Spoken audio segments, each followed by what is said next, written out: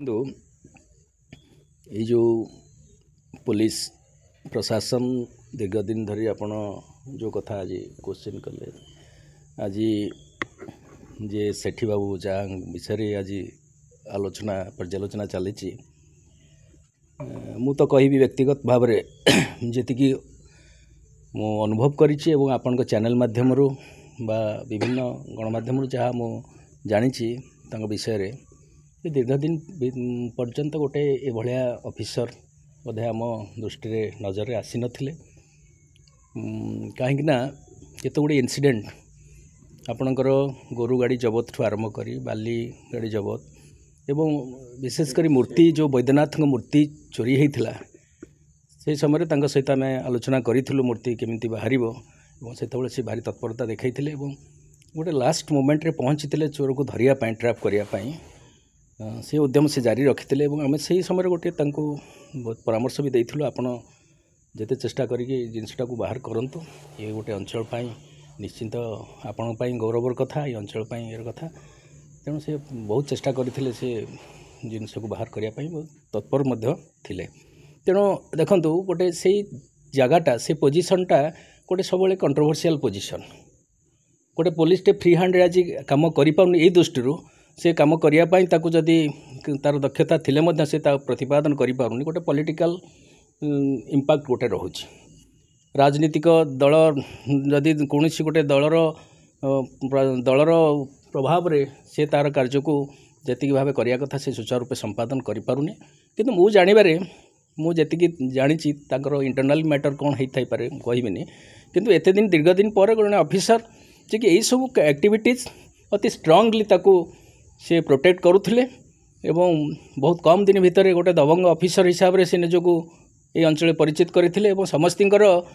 विशेषकर जो मैंने सब एंटी सोशल लोक से बोधे क्षति सृष्टि करिछि जहाँपाई आज गोटे भाइराल होती बदनाम करने ये गोटे षड्यंत्र होता पारे बड़ कथा हूँ आप देखु वैदेश्वर जितेबाला कनेक्टिविटीटा टी सेतु है कनेक्टिविटीटा बढ़ीगला आगू बहुत प्रकार क्राइम एटी हम तेणु गोटे ये अंचल ये वैदेश्वर ये अंचल गोटे भल ऑफिसर आवश्यकता निहाती जरूरी यदि आम मैंने समस्ते न चाहिए जदि शिक्षित बुद्धिजीवी महल में आम जदि न चाहिए जो गोटे भल ऑफिसर ये आम अनुष्ठान आम अंचल गोटे भल आसेट ताकू जदि आम एक्सेप्ट न करिबा बा ग्रहण न करिबा एवं निजर व्यक्तिगत स्वार्थ साधन जन को बदनाम करिकी ताकू एठी विताड़ित करने चिंता करवा बा प्रयास करवा ताल मते कहीं लगुनि ये गोटे समाज को गोटे भल वार्ता पहुँचुची बोली तेणु आज से ऑफिसर आज जो कम कर एक तो से माने राजनीतिक प्रभाव रे से संकुचित हो जाउछंती तेणु तांकर कार्य करने फ्री हैंड जो कार्य करने कथा से करि पारु नाहीं तापर ताकू जदि ए प्रकार मिथ्या आरोप रे ताकू जदि बदनाम करा जिवो ताले निश्चित रूपे से माने कार्य करने तांकर पारदर्शिता प्रतिपादन करें ना सर जो देखा जो आलोचना जो समालोचना होती सार जन गोड़ देते अंपटे जो देखा से गोड़ देते ना अनेक अभियोग अच्छे सब केस इनवल्व अच्छे जन अपराधी को गोड़ धरले निश्चय पुलिस जो संघर्ष होता है पुलिस अपराध सहित होता है से पुलिस भी जीवन थाए सी भी निज जीवन में गोड़ हो हाथ हो जब से समयटा पुलिस सहित से अपराधी संघर्ष होता एमती भी सिचुएसन थी ना पुलिस सहारा गोड़ भी नहीं थाई पारे जदि गोड़ नहीं गला जो अपराधी को गिरफ्त करें कौन भूल है कि नहीं शुणु आमर जुडिशियल सिस्टमटा एमती जे पुलिस से जगार ग्राउंड जीरो रे सी जो क्रिमिनाल को धरुची से प्रैक्टिकल जिनस से केमी काउंटर करने को पड़ुची केमी प्रोटेक्ट करने को पड़ुची सी जानी सेटा आमे ताकू उपलब्धि करें जे आज गोटे वीडियो क्लिपटा को देखी हाइलाइट करके एत जोरे बदनाम करवा किंतु सेठी प्रैक्टिकल लेवल से जो लोकटी ता पक्षर कौन आसी जो लोकटीर पिक्चर दिखाई जो गोड़ देकी से छिड़ा होती ता तरफ तो आज पर्यंत किसी आसनी से तो किसी से प्रकार ये से गोटे हार्डकोर क्रिमिनाल बोली आम जहाँ जाचु तेणु यहीटा को आम ये मध्यम वीडियो क्लिप मध्यम डिजिटल ये भितर तार प्रकृत सत्यासत्य न जाणिकी को बदनामटा करवाटा कहीं भावुनी ठीक बोली आपको गोटे सठिक तर्जमा करा जाऊ जदि भी सी मानव जो कथा कहते ये प्रकार एक्टिविटीज करवाटा ठीक नुहे जदि भी होता है किंतु तापर भी आम जाना दरकार से गोटे भल ऑफिसर भाव में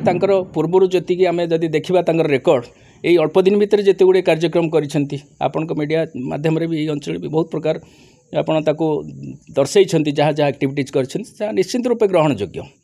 ଏବଂ ନିଶ୍ଚିତ ରୂପେ ଯେଉଁମାନେ ସବୁ କ୍ରିମିନାଲ୍ ଆକ୍ଟିଭିଟିଜ୍ ଇନଭଲ୍ଭ ଏଇସବୁ ଆଣ୍ଟି ସୋସିଆଲ୍ ଆକ୍ଟିଭିଟିଜ୍ ଇନଭଲ୍ଭ ହେଉଥିଲେ ସେମାନଙ୍କ ପାଇଁ ସେ ଗୋଟେ ଭୟର ବାତାବରଣ ସୃଷ୍ଟି କରିଥିଲେ ଆକୁ ନିଶ୍ଚିତ ରୂପେ ଗ୍ରହଣ କରାଯିବ। ସରକାରଙ୍କ ପାଖରେ ଅନୁରୋଧ କରିବେ କି ସେ ଅଫିସରଙ୍କୁ ପୁନର୍ବାର ଆମ ଅଞ୍ଚଳରେ ଜଏନିଂ କରିବା ପାଇଁ? ସରକାରଙ୍କ ପକ୍ଷରେ ତ ମୁଁ ନିଶ୍ଚିତ ରୂପେ ଅନୁରୋଧ କାରଣ ଆମେ ତ ଚାହିଁବୁ ନିଶ୍ଚିତ ରୂପେ ବୁଦ୍ଧିଜୀବୀ ମହଲରୁ ଯଦି ପ୍ରକୃତରେ ଇଣ୍ଟେଲେକ୍ଚୁଆଲ୍ ମାସ୍ ଯଦି ତାକୁ ଚିନ୍ତା କରିବେ ଯେ ଅଞ୍ଚଳର ଗୋଟେ ଶୃଙ୍ଖଳା ରକ୍ଷା କରିବା ପାଇଁ ଅଞ୍ଚଳକୁ ଏବଂ ଅଞ୍ଚଳବାସୀଙ୍କୁ ଶୃଙ୍ଖଳିତ ରଖିବା ପାଇଁ ତାହେଲେ ଗୋଟେ ଅଫିସର ଗୋଟେ ଭଲ ଅଫିସର ଗୋଟେ ର ଆବଶ୍ୟକତା ନିହାତି ଅଞ୍ଚଳ ପାଇଁ ଜରୁରୀ। ତେଣୁ ନିଶ୍ଚିତ ରୂପେ ଆମର ଅନୁରୋଧ ରହିବ ଯେ ଗୋଟେ ଭଲ ଅଫିସରକୁ ଏଠି ନିଯୁକ୍ତି କରାଯାଉ ଯେ ଅତି ପାରଦର୍ଶିତାର ସହିତ ଯେ କାର୍ଯ୍ୟ କରୁଛି ଏବଂ ସବୁ ପ୍ରକାର ନିଜକୁ ଡେୟାରିଂଲି ଯେ ଯେଉଁ ଜିନିଷକୁ ତାକୁ ପ୍ରତିରୋଧ କରୁଛି ସେଭଳିଆ ଅଫିସରକୁ ଏଠି ରହିବାର ଆବଶ୍ୟକତା ନିହାତି ଜରୁରୀ। ନିଶ୍ଚିତ ରୂପେ ଆମେ ଅପିଲ୍ କରିବୁ ସେଭଳିଆ ଅଫିସରକୁ ପୁନଃ ନିଯୁକ୍ତି କରାଯାଉ ବୋଲି।